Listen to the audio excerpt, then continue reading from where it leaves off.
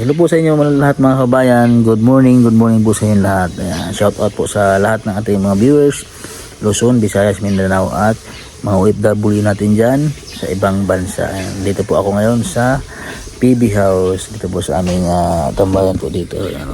So yun po. At ang dating po ni Madam Yula at Dream Vlogs ay sa Monday pa po. Ayan. So kami po ay magmi-mission po ngayong umaga sa bundok. Ayan, kasama po ang PB team. So si Chris na po ay hindi pa po makasama dahil bawal pa siyang bughat. Ayan. Alam niyo po ang Tagalog sa bughat, mabinat dahil sa kanyang ngipin na tinanggal. Ayan. So may upload po ako na vlog ngayon mga kabayan. Ayan po yung mga charity po po sa Luzon, sa Batangas, at sana po ay panoorin niyo po hanggang dulo dahil malaking tulong po yung mga kabayan. So napapansin niyo po na yung aking vlog po ay may mga singit po na mga charity ko na mga vlog po nung nasa Batangas pa po ako mga kabayan. Ayan. So para sa kaalaman niyo po, dahil may nagko-comment po na bakit may ibang vlog po ko na wala sa PBO. So yun po, at kailangan po natin i-upload yung mga charity po natin sa YouTube para siyempre po yung mga tinutulungan po natin yun ng mga bata doon sa Luzon. Yun din po yung mga bata na yun na natulungan namin nila Sir Paul. Na-update ko po sila, dinadalhan ko po sila ng mantinang bigas at mga grocery, kung ano mga dumarating sa atin na blessing. Ayan, so yun po, at karugtong lang po ng vlog na ito, at sana panoorin niyo po mga kabayan. Dito po tayo kay Labinji, dadala po tayo ng bigas, tapos sa loob ako tinapay sa kanya. Dito po sila nakakit. Hey Ji, kamusta Ji? Buhay yung ilaw Ji.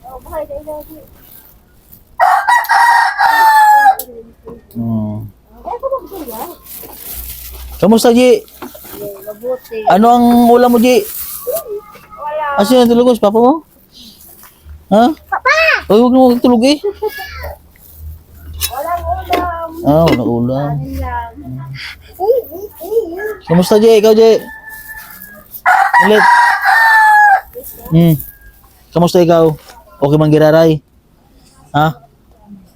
Kamusta ikaw? Ikaw Milit, kamusta ikaw Milit? Malit na po yung tiyan. Ha? Buti. Malit na ang tiyan ni Milit. Ito yung tiyan dito.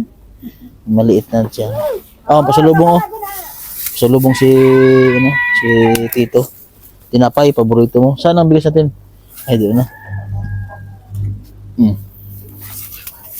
Ano sabihin? Ano sabihin, Jay? Kain. Ano sabi mo, Lit? Ngayon. Ano sabi mo? Okay. Nabigas nyo. Kamusta ba ka? Milit, kanino ba ka yan? Maray Dilit! Ay, Genje! Nagkuha ka doon. Tinapay. Ba't masama pakiramdam mo? Hindi. Nanghina si Bakikang. Nanghina daw. Kamusta na Milit? Umilit da, hapot ka. Lagi po silang, pag ako'y pumupunta po dito, lagi ko sila pasalubong tinapay. Sa bigas na tinan mo. Tingin ng kuko. Tingin. Tingin, pinaspasan mo ng tinapay. Buti malinis. Ay kay Milet. Malinis Very good. Malinis daw.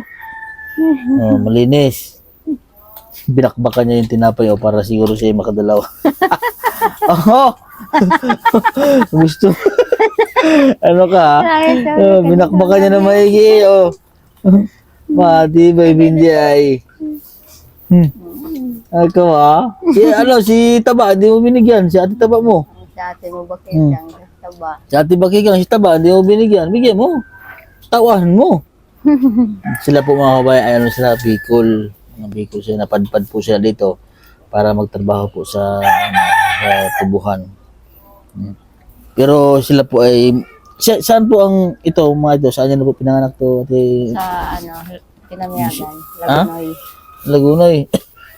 Sino po yung anak niyo dito na pinanganak? Wala. So, ibig sabihin po, hindi pa kayo matagal talaga dito gaano sa... Hindi, pumunta kami din eh. Ano pa lang to, hindi pa kakalakas. Maliit pa. Maliit pa. 3. Sa palagay niyo, ilang taon na siya ngayon si Milit? Apat. Kaapat na. Ang liit ni Milit sa 4 na taon, ano? Kasing laki lang siya Dati ni hindi na Joy. lumaki. Kasing laki lang siya ni Joy. So, lahat po ng pinanganak nyo ay sa Bicol. Saan po kayo sa Bicol nga? Pinamihagan. Pinamahiyagan? May balak pa po kayo bumalik doon. Ayun. Hmm. Mahirap daw ang trabaho doon eh. Ano ba po ang trabaho doon sa inyo sa Bicol? Pag-uling din. Nandoon sa anak kong isa, si Tasyo, umuwi. Umuwi? Sino po Tagal doon? na. Di ba siya, matangkad na yan ang kasama natin nila. Yung isang anak niya na matangkad. Oo. Umuwi niya, matagal na. Yung sinundan nung maliit, kasing laki ko lang. Oo. Yung medyo maitim. Oo. May asawa na po yun. Wala. Nandoon sa, Bicol. Anong trabaho niya po doon? Wala, nag-uuling daw. Sino po ang tinitirahan niya doon? Tinutuluyan niya? Mga kapatid ko. Kapatid niya. Lahat niyang kapatid niya po doon nag-uuling. Mahirap daw ang trabaho doon. Mahirap daw ang trabaho. Maulan daw eh. Maulan po doon. At least dito kasi sa atin sa Batangas, Mainit naman. kahit umulan o umaraw, meron namang trabaho dito, pag-uurnal. At saka yung kita dito araw-araw. Doon po sa pag-uuling, pag kumikita po doon, ilang linggo po. Pag pag maliit lang ang tabon, mga 4 na araw. 4 na araw. Magkano po ang isang uling doon yun? 250 daw. 250. Hindi, mahirap naman pagdada ka pang doon. Dapat tago. Ay, ano pong patago? Ang pag-uling. Ay, bakit? Ay, bawal putulin ng mga kahoy. Pagbawal. Eh, paano pag nausok? Nausok, di ba yan? Gabi naman tinaanuhan. Pag umaga wala na yan usok. Ibig sabihin, gabi po sinisindihan. Gabi. Pag dilim lang. Hindi na, walang ilaw-ilaw kasi pag pinapunta ng DNR, Wala. Malayo naman sa mga bahay. nasa bundok po talaga yun. Nasa Bundok, kabundukan walang po. tao. Ano lang, kung sa ano pala pa, illegal pala ang ginagawa. Nada ko pa sa uling, wala. Pag nahuli ang uling, Wala. Wala kang pag nagkumpis ka, di walang kikitain. Wala. Buti naabutan ko po kayo ngayon dito. Kadarating pa lang galing trabaho ha. Tapos na ka doon sa ginapakan namin. Kaya Ano po, nagapak po kayo ngayon o nagkarga? nagkarga ka sa gapak. Karga tapos gapak. Maaga po ang tapos nyo, 2:00 pa lang po. Maga nga. Hindi na kami nangudto, tanghali. Ay baka po mayroon po kayong nagapak na kahapon. May tira. May tira. Kaya mabilis lang. Ba't madumi ang ni Benji, ang paa ni Benji? May tsinelas. Sinusuot. Madumi ang paa mo, Gio? Taron. Hindi ka. Makalusot ang tinapay mo. May plastic. Buti po ang tiyan po ni Milit ay lumiit na. Tayo nga igulit. Napagamot po natin to si Milit eh. Sabi ng doktor, bawal magkain pag madumi ang kamay. Ha? Pag laging madumi ang kamay mo, babalik na ulit yung malaki ang tiyan mo, tapos may mga alaga ka na uli. Ano Milit? Marunong mo ba kumanta si Milit? Ha? Lit. Iyo? Tatao ka magkanta? Tao Milit? ka da? Tao ka da magkanta? Ha? Dae? Kaso pudpud na yung ngipin niya. Pudpud. Ano yan? Ito ka. Sila po ay meron pang nagturo sa kanila. Yung sa baro, di ba merong Ay ngayon, wala na. ba't tumigil? Hindi na pumunta din. Bakit po? Aywan. Kasi meron pumupunta po sa kanila dito. Yung mga bata, tinuturuan. Ano po yung teacher? Mga teacher? O Hindi, sa ano lang siguro Simbahan. yan, sa simbahan. Bigyan man silang mga gamit na itong mga bag. Mga meron po kasing pumupunta dito sa kanilang lugar. Tinuturuan po silang Mga 2 semana na siguro, di ka pumunta din. 2 semana na. Ito sino ito? Jamaica. Jamaica, namayat. Si Taba, hindi namayat. Taba pa rin. Nagkasakit ba ikaw, Jamaica? Hindi, dati naman yan maliit. Ha? O baka sa damit lamang? May balita po kayo sa mama nyo? Nanay? Ay, tumawag ako doon sa video call. Nasaan po sila? Doon sa Bilog-Bilog. Sa Bilog-Bilog. Doon sa Kanawan. Tanawan, Batangas. Ano sila? Kausap ko naman. Po sabi si nanay. Wala. Tumawag daw punta siya din eh. Wala daw siya ng pera. Sabi ko, ako wala mo ng pera. Ay gusto niya pumunta. Andun si anak mo, si Dandan. Nandoon. Kasama nila. May asawa na ba si Kimo? May asawa na. O, so dahil ang asawa niya. Ayun, nagsama pa rin sila ngayon. Ewan ko kung maano naman. May anak na, may anak. Siguro, hindi ko alam. Nagmarites na pala, no? Happy Valentine's sa inyo, ha? Anong regalo nyo kay mama nyo? Sabi mo, wala. Ano ang pag-Valentine's? Anong pong kaganapan nyo? Kawatan na lobo. Wala. Ha? Ano? Kawatan na lobo. Kalaban. Masama yung magkawat. Masama yung magkawat ng lubo. Lobo.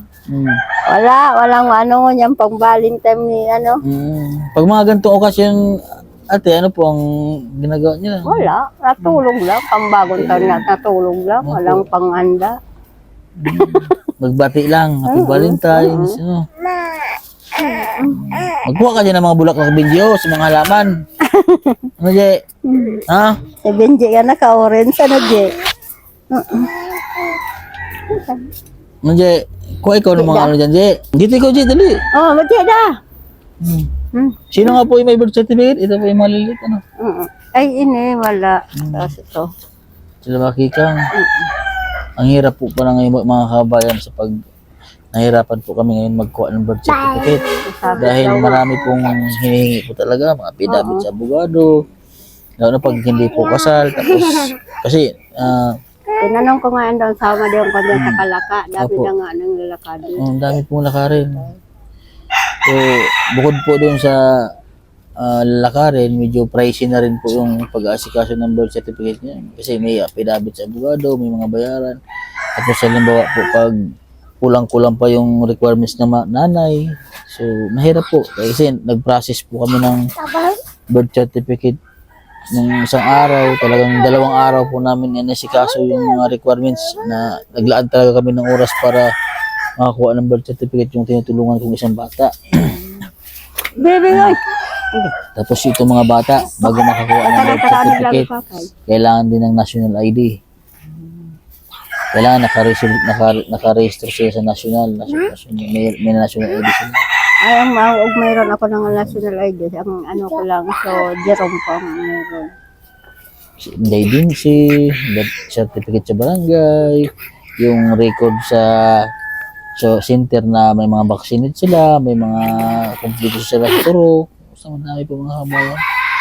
Higpit na po ngayon. Ayan. So, ayun po mga kabayan. So, maraming salamat po sa ating mga subscriber, mga viewers, at sa ating anonymous po kay Sir. Maraming salamat po sa inyo. So, nagdala po tayo ng bigas po kay Binji, kay Tito Dads. Maraming salamat. At kay Mama Maria at kay Sir Rel ng Rantinas at yung sponsor. Maraming salamat po. Ayan. Nagdala lang po tayo ng bigas po kay Binji. So, ayun po. God bless po at magandang hapon po sa inyong lahat. Happy Valentine's po sa ating mga viewers.